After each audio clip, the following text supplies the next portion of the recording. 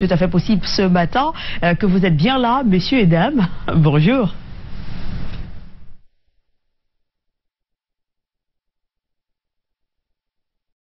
Douala, bonjour Solfane, bonjour également à Thierry Carole, bienvenue donc à Yaoundé. La connexion est bel et bien établie et c'est un plaisir de vous accueillir dans la cité capitale. Tout le plaisir est toujours d'ailleurs le mien d'être accompagné de ma voisine du matin et vous tous qui êtes chargés et faute d'informations. Bienvenue donc à la revue de presse. Je m'en vais immédiatement sacrifier aux civilités en disant bonjour à ma voisine du matin, Karel Mezatia Atioya. Bonjour Ghislain Pierre Essonneau, bonjour Soflane, bonjour Thierry Carole, bonjour à tous ceux qui nous regardent au Cameroun, en Afrique et à travers le monde.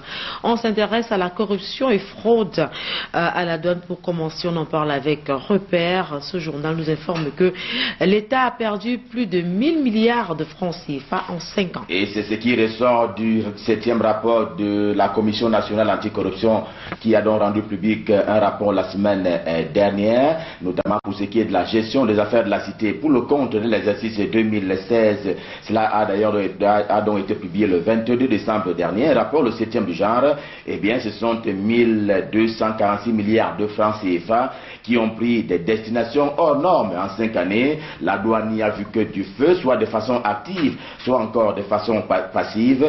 Dominique Bassi, qui écrit pour le compte du journal Repère ce matin, explique pour cela que, pour le premier cas, que des douaniers de très bonne foi, probablement, loin s'en faut, se sont avérés propriétaires des résidences luxueuses, cela naturellement au détriment de l'État camerounais. L'hebdomadaire de feu Richard Touna s'intéresse en outre aux élections, menaces sécuritaires. Le journal évoque la justice face aux défis de 2018. Il vient de se tenir à Yaoundé, la cité capitale du Cameroun, une importante réunion annuelle, cette fois-là réunissant autour du ministre de la Justice, garde des Sceaux, Laurent Esso, des chefs de cour, notamment pour ce qui est des délégués, également des délégués régionaux de l'administration pénitentiaire. C'était une belle occasion d'orientation des activités de ce département ministériel pour le compte de l'année 2018. C'est d'ailleurs le cas de cette meilleure prise en compte des droits de l'homme en faveur surtout des détenus. Avec Cameroun Tribune, on parle du budget 2018 et plus précisément des répartitions des enveloppes. Tirons au clair, tirons donc les choses au clair avec le quotidien camerounais à capitaux publics Cameroun Tribune ce matin, s'agissant des dotations financières par département ministériel. Plus de 46 milliards de francs CFA pour la présidence de la République, budget certes en baisse, mais destiné, explique Cameroun Tribune, à la protection présidentielle ou à l'intégrité du territoire. 365 milliards de francs CFA pour les enseignements secondaires. Ici, il est question de poursuivre la mise en place des lycées professionnels. Un regard comparatif des budgets des chambres du Parlement camerounais donne ici à voir que l'Assemblée nationale sera dotée d'un peu plus de 20 milliards de francs CFA et 15 pour le Sénat, l'objectif étant l'amélioration de la qualité des lois à voter. Depuis hier est lancée la distribution du don d'ordinateur du chef de l'État aux étudiants. Cameroun Tribune en parle ce matin. La distribution a commencé hier par l'université de Yaoundé 1 en Guayaquélé. Les premiers ordinateurs PB comme Paul Biya, ont circulé sous la supervision du professeur ministre Jacques Famin Dogo de l'enseignement supérieur. Eh bien, la marée humaine a été constatée au campus de l'université de Yaoundé 1 et justement ce mercredi, un tour de l'université de Yaoundé 2 à soi, en attendant que toutes les universités soient servies, comme l'a su et rassuré justement le professeur Jacques Famin Dogo. La suite, c'est avec Cameroun Business Today. Au menu solde et promotion, le journal nous informe que le commerce casse les prix. Solde et promotion donc au menu du commerce par ces temps des fêtes de fin d'année au Cameroun, notamment cela est constaté dans les grandes surfaces camerounaises. On parle d'une réduction qui va chercher dans 90% parfois et qui s'applique d'ailleurs sur les appareils électroniques, téléphones et autres vêtements. Un seul but recherché, à savoir fidéliser la clientèle pour ces surfaces-là, toutes choses qui ont été rendues possibles par le ministre du Commerce. Paris réussi donc pour Luc Marquard Barga Tangna, nous dit le journal L'Épervier, qui a su trouver les astuces pour contraindre les commerçants à ne pas hausser les prix des produits de base. Ce n'était pas chose donnée avant la lettre, mais l'inflation a bel et bien été maîtrisée au cours donc des fêtes de fin d'année. D'ailleurs, pendant les moments qui ont précédé la Noël, la lutte a marché et le défi a été relevé par le ministre Luc Magouan-Barga Tangana du Commerce. Il fallait surtout le faire en amont à travers donc les allègements fiscaux qui ont été consentis par l'État camerounais en faveur notamment des opérateurs économiques.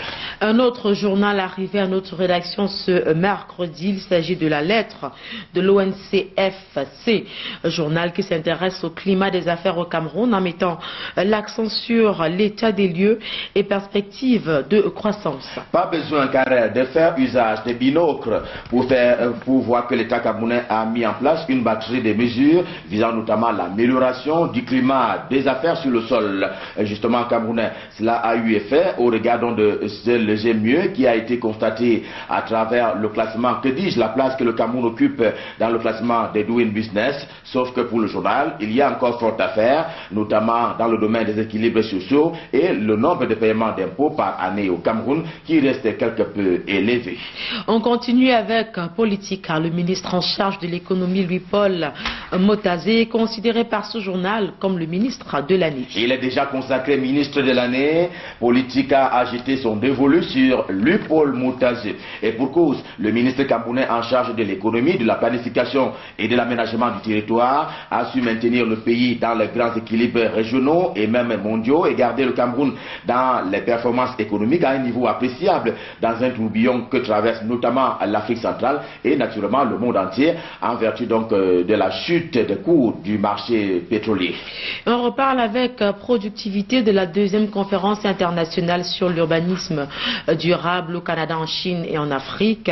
Le journal nous dit ce matin que le ministre Jean-Claude Mboinchou a placé le Cameroun sous les feux de la rampe. Lui aussi a frappé un grand coup en 2017 en faveur du Cameroun en obtenant que Yaoundé soit le siège du Centre d'excellence pour la formation en développement urbain du continent africain. Eh bien, le ministre Jean-Claude Mboinchou de l'habitat et du développement urbain a su sortir de l'eau et du lot. Pour tout dire, l'avenir des villes africaines va désormais se dessiner à partir de la cité capitale Yaoundé.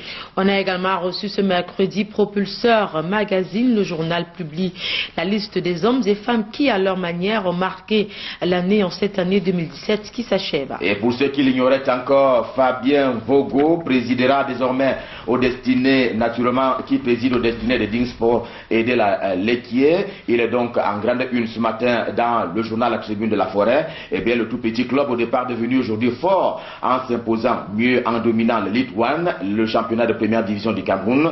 Pour comprendre dans les secrets de cette réussite, et bien, La Tribune de la Forêt en kiosque ce matin propose de déguster les confidences donc de Fabien Vogo, meilleur manager sportif de l'année au Cameroun selon La Tribune de la Forêt. D'accord, alors on continue avec Propulstar Magazine, je l'ai dit tantôt, qui à sa manière met en exergue les hommes qui ont marqué l'année 2017 qui s'achève. Ils ont fait bouger le Cameroun en bien, mais également en mal. Dans le domaine des arts et de la culture, le ministre professeur Narcisse Mouelekombi s'est attelé à réformer donc les droits d'auteur au Cameroun et Longo Longo a pris goût de Facebook. Toujours dans les arts et culture, Mbala Rogers, Vincent Guini, Natacha Bizo, Lisée et Sama et Mbaga Soukous nous ont quittés en 2017. C'est un hommage qui leur a d'ailleurs rendu ce matin par le journal à titre posthume. Mais Propulstar, vous l'avez dit Karel, rend aussi hommage aux personnalités des autres domaines de la vie nationale qui se sont illustrés au cours de l'année 2017. Rassurez-vous, eh bien, le ministre Issa Chiruma Bakari de la communication en fait partie. Et avec cette information donc qui est relative aux hommages qui sont rendus tantôt à titre posthume, tantôt à titre vivant à un certain nombre de personnalités de la République dans tous les domaines de la vie nationale. Stop fin pour la revue de presse Maître Yaoundé édition de Saint-Mercredi. Rendez-vous est plus pour demain avec le même plaisir. Et je serai toujours accompagné de ma voisine du matin, Karel Mezati Achoya, à qui je m'avais souhaité une excellente journée de travail. Merci GPE, excellente journée de travail à vous également, ainsi qu'à tous ceux qui nous suivent de manière fidèle au quotidien. Vous l'avez dit, rendez-vous est pris demain en direct des studios de la capitale, toujours avec la complicité de nos techniciens Léonard Ndombo, Hervé Noubeng et Thierry Kamto. À vous Soflan et Thierry Carole du côté de Douala. Je souhaite également de passer une excellente journée de travail. Au plaisir bien sûr de vous retrouver demain. Karel, tu as mes attires également à Gislain Pierre-Sonneau du côté d'Yaoundé. Nous sommes de retour à Douala et juste à ma gauche, oui, c'est monsieur Michael Tipkio, un nom Ça va être tout à l'heure. Pareil, vous dit Michael Kessou. Oui, tout à l'heure, vous avez dit Michael Kessou, mais c'est pas bien grave. Hein. Bon, c'est un ami, ça. Mais là, nous avons Michael Tifki. Michael Tifki, bonjour. Bonjour, Soflan. Ça vous fait rigoler aussi, hein? Ah oui, la confusion a toujours été faite. Hein. De temps en temps, c'est la famille. Et je rappelle que c'est d'ailleurs mon ancien camarade de promotion en faculté. Donc voilà. On a su sauter quand il a dit Michael Kessou, quoi. Vous n'avez rien dit par la suite? Non, on n'a rien dit. On ne pouvait pas vous couper, vous étiez dans votre élan. Allez, on va s'intéresser donc à la seconde partie de cette revue de presse. Info Matin pour commencer. Absolument. D'accord. Info Matin qui parle de Patrice Ngana ce matin, lui qui pourrait se retrouver au tribunal aujourd'hui, on le sait, il était programmé pour passer en procès le 19 janvier dernier et selon des informations recueillies par le journal de Dieudonné Veng ce matin, il pourrait passer au tribunal plus tôt ce jour. Il est envisagé donc un retrait de passeport, du passeport camerounais, de celui que le journal qualifie d'injurieux, enseignant dans une petite université de New York. Retrait du passeport camerounais, libération puis expulsion du territoire national. Ce sont donc là les pronostics possibles sur le rebondissement dans l'affaire Patrice Ngana vers la libération. Donc titre le journal qui rappelle qu'il a été arrêté le 6 décembre dernier à l'aéroport international de Douala alors qu'il s'apprêtait à quitter le territoire national. Patrice Ngana est poursuivi pour outrage à corps constitué, menace de mort, apologie de crime et violence. Le corps du délit, c'est donc ce texte posté sur Facebook le 3 décembre dernier dans lequel il jure de mettre une balle exactement dans le front du président de la République s'il avait en face et une arme au poing. Le journal qui nous fait également savoir que Patrice Ngana a donc reçu hier cette convocation pour le tribunal de Yaoundé ce jour. Le procès aura donc plutôt lieu ce jour et non plus le 19 janvier dernier, le 19 janvier prochain, pardon, comme initialement prévu, nous rapporte Info Matin.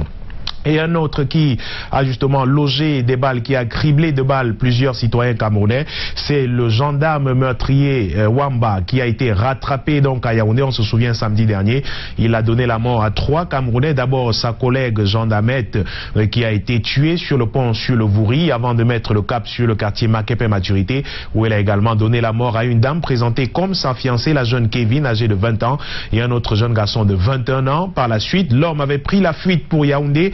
Il a été rattrapé hier par des éléments de la sécurité militaire à Soa. La nouvelle expression en parle aujourd'hui et qui refait le film de l'arrestation de l'homme, de sa cabale qui aura duré 3 jours justement.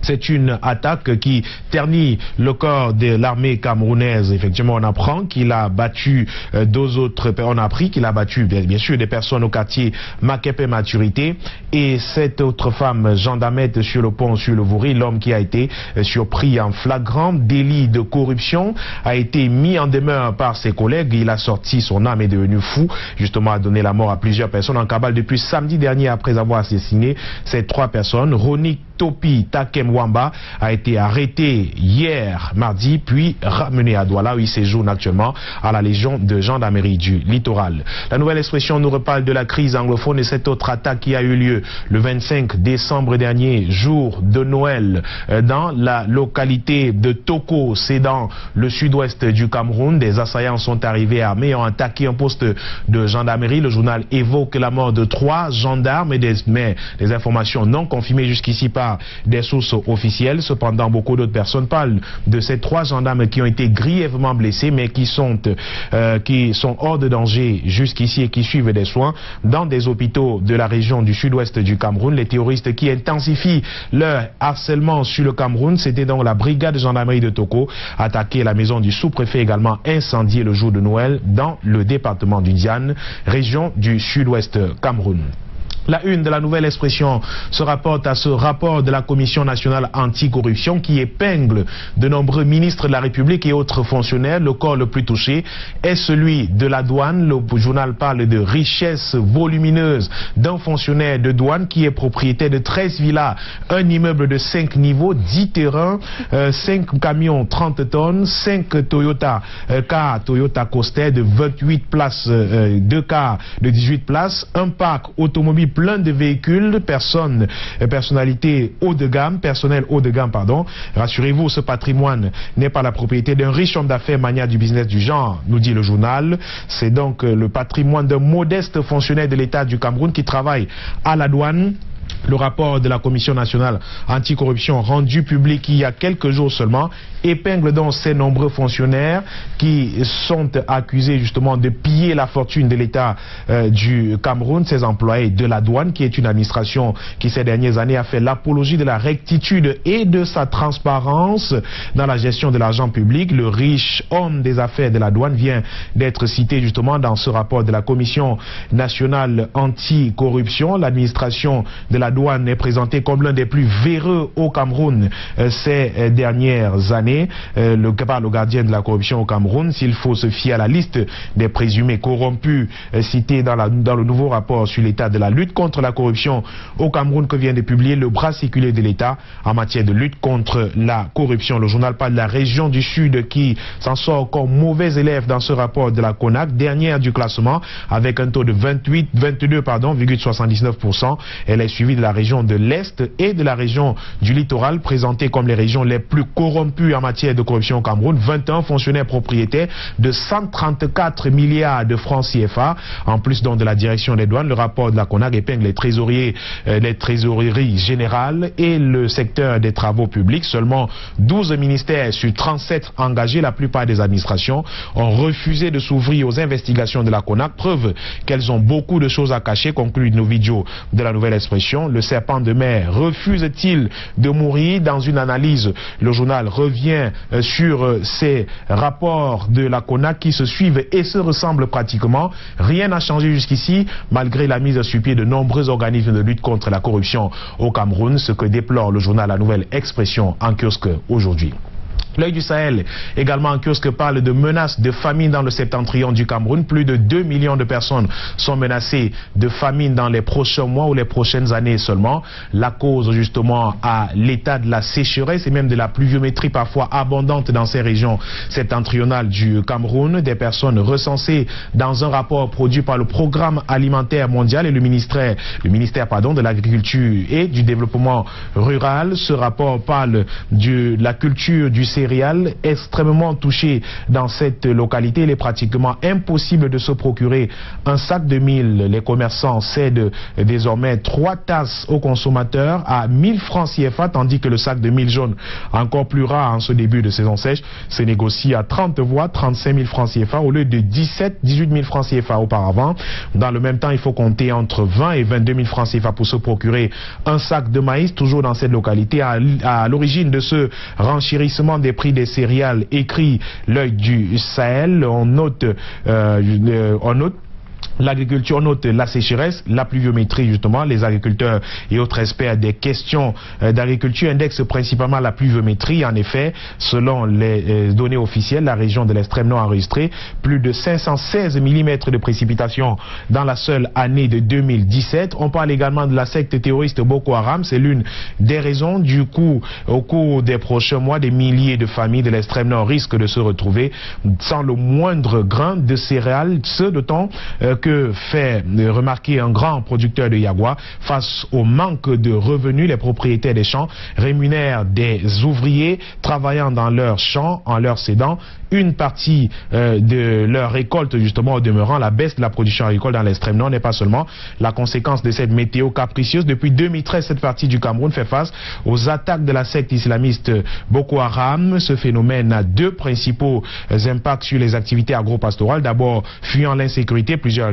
agriculteurs ont déserté leur village, abandonnant des champs et même des animaux. Cependant, de nombreux réfugiés s'agglutinent dans ces régions septentrionales du Cameroun, ce qui pousse justement le Programme alimentaire mondial a acheté en grande quantité des céréales pour nourrir ces réfugiés dans de nombreux camps installés à l'extrême nord du Cameroun, notamment le camp de Minao qui regorge de nombreux réfugiés, des milliers d'ailleurs, ce qui fait justement planer une menace de famine sur ces près de 2,5 millions de personnes dans le septentrion camerounais. Le journal nous reparle de ce cambriolage qui a eu lieu à la délégation régionale de la santé de Garoua. C'est dans le nord du Cameroun cette fois. 2 coffres-forts ont été emportés au cours de ce cambriolage. Et puis Mozogo également, où 2 personnes en sont mortes à la suite d'une incursion de la secte terroriste Boko Haram. Les assaillants sont arrivés de nuit. Ils ont pénétré dans la localité de Zénémé dans la nuit du 22 décembre dernier. 2 villageois ont perdu la vie au cours de cette incursion. de la secte terroriste Boko Haram. La lettre de l'ONCFC, la lettre justement de l'Ordre national des conseils fiscaux du Cameroun est également en kiosque aujourd'hui et dresse le tableau du climat des affaires dans notre pays. Le journal constate que malgré la création et la mise sur pied par le gouvernement de nombreux organismes pour améliorer le climat des affaires dans notre pays, beaucoup de choses n'ont pas avancé, beaucoup de choses n'ont pas changé. Le journal qui propose d'ailleurs des solutions pour améliorer davantage le climat des affaires dans notre pays. Le journal qui dresse l'état des lieux et des perspectives de croissance du climat des affaires au Cameroun. La lettre de l'ONCFC qui revient sur des solutions telles que l'environnement, des solutions également telles que la structuration profonde des organismes publics et privés qui interviennent dans la chaîne de l'édification du tissu socio-économique du Cameroun. Cela ne souffre d'aucune contestation tant sur le plan local qu'extérieur, que ce sont des solutions qui pourraient permettre d'aboutir à régler définitivement la question de l'amélioration du climat des affaires dans notre pays en créant également, c'est une autre proposition faite par Jacques Bakela qui est l'un des membres de l'Ordre national des conseils fiscaux du Cameroun, en créant ce qu'on appelle les mégalopoles dans notre pays au centre technologique dans toutes les régions du pays. Cela pourrait entraîner des effets mécaniques de croissance à une vitesse exponentielle et cela passe également par la création de nouvelles villes pouvant remplacer les vieilles, autrement dit le secteur de l'habitat peut nettement contribuer à résoudre l'épineux problème de chômage au Cameroun et cela contribuera bien sûr à décrisper un tout petit peu le climat des affaires toujours un peu tendu dans notre pays. Et dans l'édito du jour, Jacques Bounan nous parle de l'intégration régionale, enjeux et défis. Le journal revient sur les enjeux et défis de l'intégration sous-régionale en Afrique centrale et même dans la zone de la CEDEAO, un programme spécial d'unification, de dynamisation des deux zones libres de libre-échange devrait bénéficier de l'appui des partenaires à travers le renforcement des capacités pour une bonne opérationnalisation des mécanismes compensatoires liés au régime tarifaire préférentiel dans notre pays, la réalisation d'études sur le traitement des produits en libre pratique et réexploitation. Ce sont là des propositions et bien d'autres nombreuses d'ailleurs proposées par la lettre de l'Ordre national des conseils fiscaux du Cameroun qui reparle bien sûr de la loi des finances de 2018, budget 2018 qui a été débattu par l'Ordre national des conseils fiscaux du Cameroun. On sort de cette revue de presse avec Aurore Plus qui nous parle du vivre ensemble et la probabilité d'une probabilité au contour flou. Le vivre ensemble qui est très prôné au Cameroun depuis quelque temps. On en parle des membres du gouvernement, la société civile, les partis politiques, tout le monde parle de vivre ensemble. Mais que mettons dans ce vivre ensemble? Michel Michaud-Moussala décrypte le concept ce matin et parle pratiquement d'une hypocrisie sans lâcher le mot. Il parle justement des pays, justement des régions au Cameroun, des ethnies qui se sont accaparées la gestion du pays. Mais comment parler de vivre ensemble dans ces conditions? En observant bien la société camerounaise, l'on se rend compte, écrit le directeur de la publication du journal Europe Plus, qu'il y aurait une caste de dirigeants de notre pays à certains postes de responsabilité. L'on retrouve les mêmes justement qui dirigent le Cameroun depuis de nombreuses années pratiquement. Comment dans cette condition parler de vivre ensemble? Des autres se sentent exclus au royaume de la médiocrité, pour employer les termes du professeur Ebenezer Jean Mollet. Michel Michaud-Moussala pense justement qu'il faut prôner la méritocratie au Cameroun et non la médiocrité comme c'est le cas actuellement. Il parle des fonctionnaires qui sont recrutés sur des bases totalement floues, le tribalisme qui est un frein au développement également, l'ethnocentrisme qui est également cité par Michel Michaud-Moussala ce matin, le rôle prépondérant de la presse. Il appelle justement la presse à prôner davantage ce vivre ensemble et de le faire sans hypocrisie. Il appelle les pouvoirs publics justement à soutenir cette presse. Il parle également de la dérive politique de certains acteurs politiques camerounais.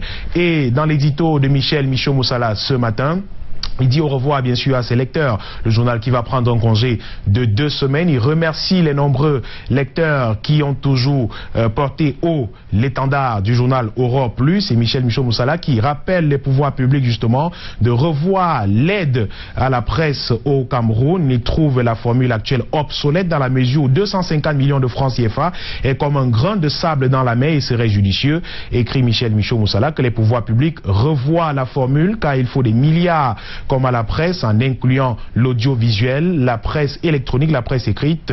L'actuelle formule est minable pour un pays comme le Cameroun, dont le budget s'élève à plus de 4 000 milliards de francs CFA, que de consacrer seulement 250 millions. C'est justement minable. En plus, des contours de cette aide restent flous.